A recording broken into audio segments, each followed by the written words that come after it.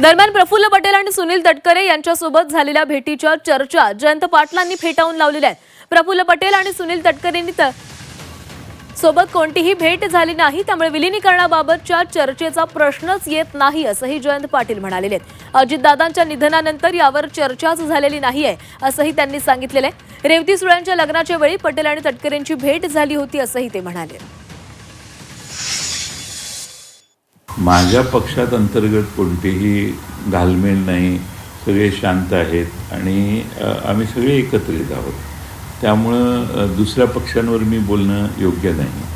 आणि कालच्या भेट जी आहे, आता हे आपण ज्यांचा उल्लेख करताय ते दोघं जर मला भेटले असते तर मी तुम्हाला सांगितलं असतं हो भेटले म्हणून। भेटच झाली नाही तर मी हो तर कसं म्हणू। त्यामुळं माझा काही त्यांच्याशी संपर्क होण्याचा प्रश्न यापूर्वी नाही। सुप्रियाताईंच्या लग्नात मात्र हे दोघंही आलेले होते।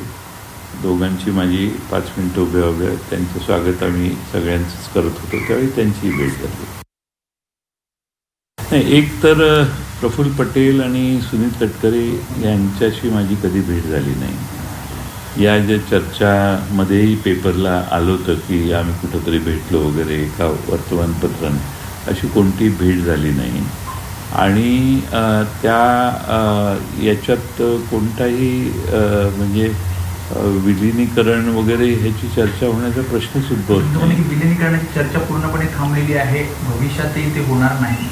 अजितदादांच्या निधनानंतर अशी कोणतीही चर्चा कोणावरही आमची झाली नाही, त्यामुळे ती थांबली आहे हा शब्द वापरण्याची गरज नाही, कारण चर्चाच सुरू झालेली नाही ना।